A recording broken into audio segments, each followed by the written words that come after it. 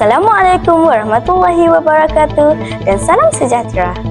Apa khabar warga sekolah yang dikasihi, barisan ibu bapa yang dihormati serta penonton SKS Insight EduTV.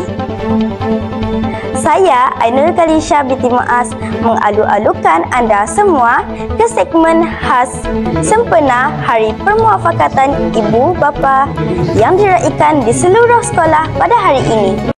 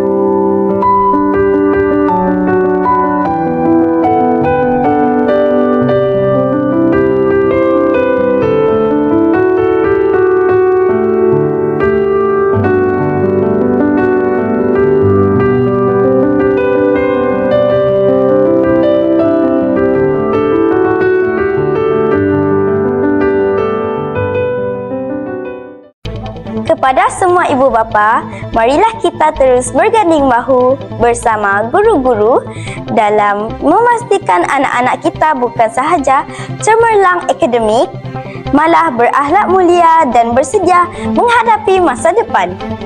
Sekolah bukan hanya tempat belajar, tetapi ruang kita membina insan dengan permuafakatan tiada yang mustahil. Sekian sahaja daripada kami di SKS Insight EduTV. Selamat menyambut Hari Permuafakatan Ibu Bapa dan teruskan menyokong pendidikan anak-anak kita. Saya Ainul Kalisha melaporkan untuk SKS Insight EduTV.